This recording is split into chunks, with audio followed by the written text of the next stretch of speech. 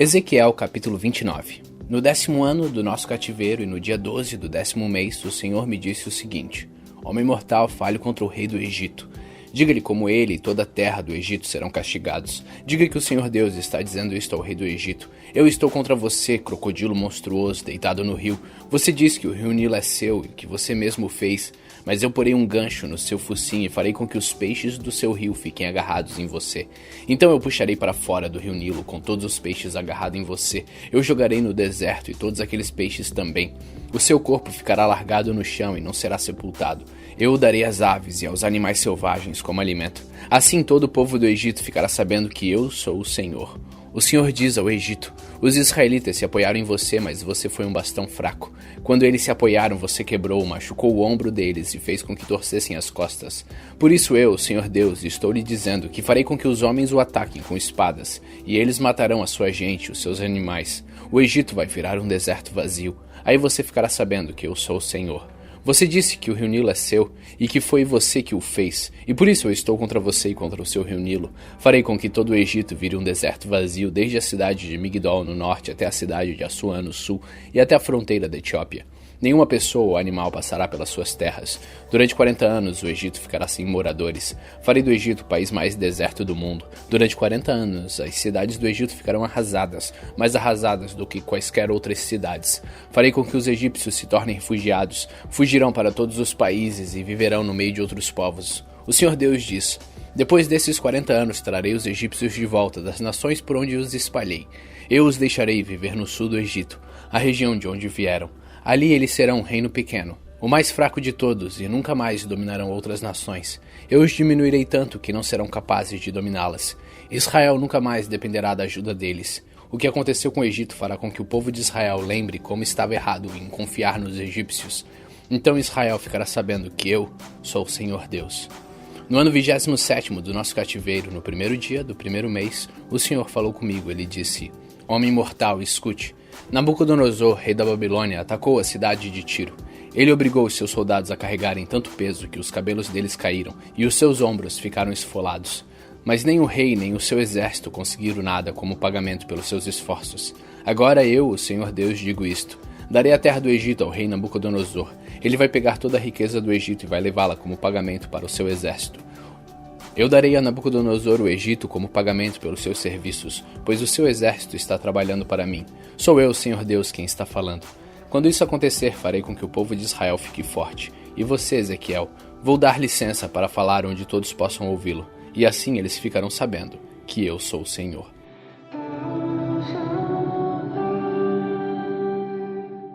Ezequiel capítulo 30. Novamente o Senhor falou comigo. Ele disse: Homem mortal, profetize e anuncie o que eu, o Senhor Deus, estou dizendo. Gritem o seguinte: dia de terror, o dia está perto, o dia em que o Senhor vai agir. Um dia de nuvens e de castigo para as nações. Haverá guerra no Egito e grande sofrimento na Etiópia. Muitos serão mortos no Egito. O país será roubado e arrasado. Essa guerra também matará os soldados contratados da Etiópia, Lídia, Líbia, Arábia e Cube, e até o meu próprio povo. O Senhor diz: desde Migdol, que fica no norte, até Assuã, que fica no sul, todos os que defendem o Egito serão mortos em batalha. O orgulhoso exército egípcio será destruído. Sou eu, Senhor Deus, quem está falando. O país será o mais deserto do mundo e as suas cidades serão completamente arrasadas. Quando eu incendiar o Egito e aqueles que o defendem estiverem mortos, todos ficarão sabendo que eu sou o Senhor. Quando aquele dia chegar e o Egito for destruído, mandarei mensageiros em navios para porem medo no povo descuidado da Etiópia, e esse povo ficará apavorado. E aquele dia está chegando. O Senhor Deus diz: usarei Nabucodonosor, rei da Babilônia, para acabar com a riqueza do Egito. Ele e o seu exército violento virão para arrasar o Egito. Eles atacarão com espadas e a terra do egípcio ficará cheia de mortos. Secarei o rio Nilo, entregarei o Egito aos homens maus. Estrangeiros arrasarão o país todo. Eu, o Senhor, falei. O Senhor Deus diz: também destruirei os ídolos e os falsos deuses de Mênfis. Não ficará ninguém para governar o Egito. Espalharei o terror no meio do povo. Farei com que o sul do Egito vire um deserto e porei fogo na cidade de Zoan, no norte. Castigarei Tebas, a capital. Derramarei a minha ira sobre a cidade de Pelúcio, a grande fortaleza do Egito, e acabarei com a riqueza de Tebas. Incendiarei o Egito e Pelúcio se retorcerá de dor. As muralhas de Tebas serão derrubadas e a cidade será inundada. Os moços das cidades de Heliópolis e Bubaste morrerão na guerra, e os outros moradores serão levados presos. Quando eu quebrar o poder do Egito e acabar com a força de que tanto se gaba, a escuridão cairá sobre a cidade de Táfnis. Uma nuvem cobrirá o Egito, e os moradores de todas as suas cidades serão levados prisioneiros. Assim castigarei o Egito, e aí eles ficarão sabendo que eu sou o Senhor.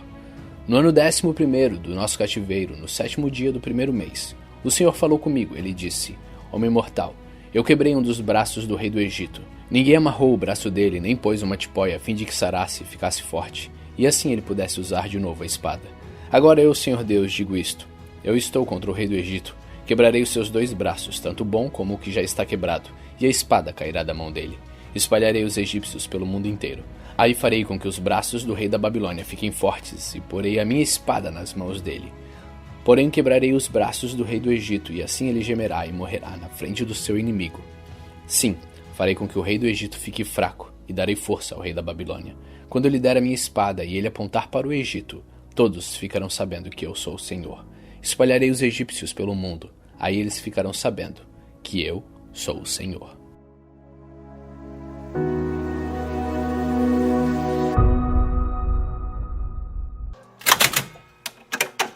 Salmos capítulo 145. Meu Deus e meu Rei, eu anunciarei a sua grandeza e sempre serei grato a ti. Todos os dias te darei graças e sempre te louvarei. O Senhor Deus é grande e merece receber altos louvores. Quem pode compreender a sua grandeza? Ó Deus, cada geração anunciará a seguinte, as coisas que tens feito, e todos louvarão os teus atos poderosos. Eles falarão da tua glória e da tua majestade, e eu meditarei nas coisas maravilhosas que fazes. Falarão dos teus atos poderosos, e anunciarei a tua grandeza. Falarão da tua imensa bondade, e cantarão com alegria a respeito da tua fidelidade. O Senhor Deus é bom e cheio de compaixão. Ele demora a ficar irado e tem sempre muito amor. O Senhor é bondoso com todos e cuida com carinho de todas as suas criaturas. Ó Senhor Deus, todas as suas criaturas te louvarão e te darão graças os que são fiéis a ti. Todos falarão da glória do teu reino e contarão a respeito do teu poder, para que todos os povos conheçam os teus atos poderosos e a grandeza e a glória do teu reino. O teu reino é eterno e tu és rei para sempre. O Senhor Deus sempre cumpre o que promete. Ele é fiel em tudo o que faz. Ele ajuda os que estão em dificuldade e levanta os que caem. Todos os seres vivos olham para ele com esperança, e ele dá alimento a todos no tempo certo. Quando os alimenta, o Senhor Deus é generoso. Ele satisfaz a todos os seres vivos.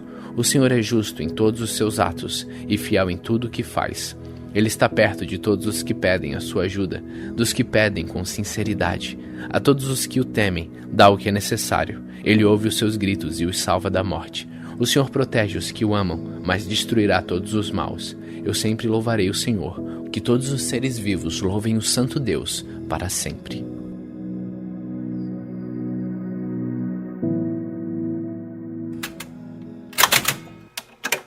Segunda Tessalonicenses capítulo 1.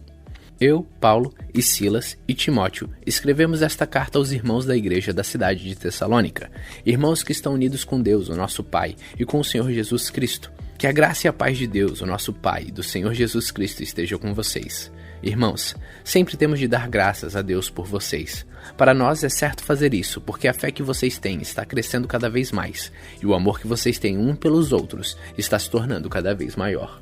É por isso que nas igrejas de Deus falamos com orgulho sobre vocês. Nós temos orgulho de vocês por causa da paciência e da fé que vocês mostram no meio de todas as perseguições e sofrimentos.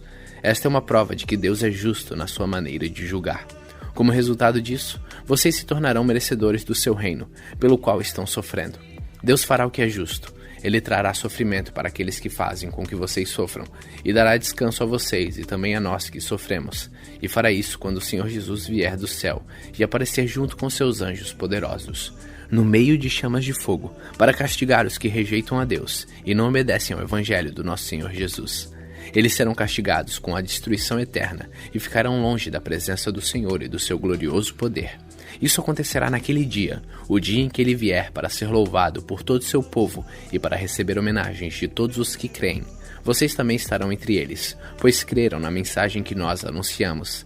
É por isso que sempre oramos por vocês, pedindo que o nosso Deus, que chamou vocês para a nova vida, faça com que sejam merecedores dela. Pedimos também que ele, pelo seu poder, realize todos os desejos que vocês têm de fazer o bem e complete o trabalho que fazem com fé. Assim Jesus, o nosso Senhor, será louvado por causa do comportamento de vocês, e vocês serão elogiados por Ele, por meio da graça do nosso Deus e do Senhor Jesus Cristo.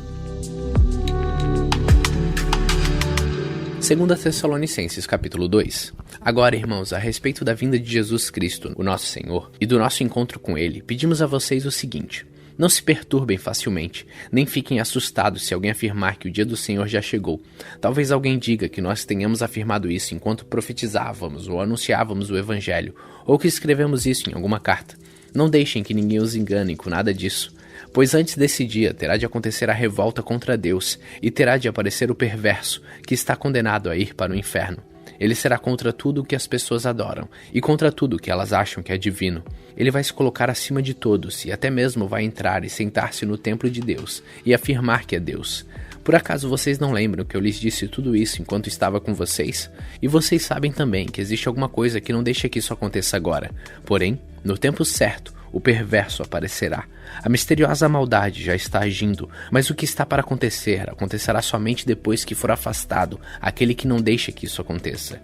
Então, o perverso aparecerá, e o Senhor Jesus, quando vier, o matará com um sopro e o destruirá com a sua gloriosa presença. O perverso chegará com o poder de Satanás e fará todo tipo de falsos milagres e maravilhas, e enganará com todo tipo de maldade aos que vão ser destruídos. Eles vão ser destruídos porque não aceitaram nem amaram a verdade que os poderia salvar. Por isso Deus envia o poder do erro para agir neles, a fim de que acreditem naquilo que é falso.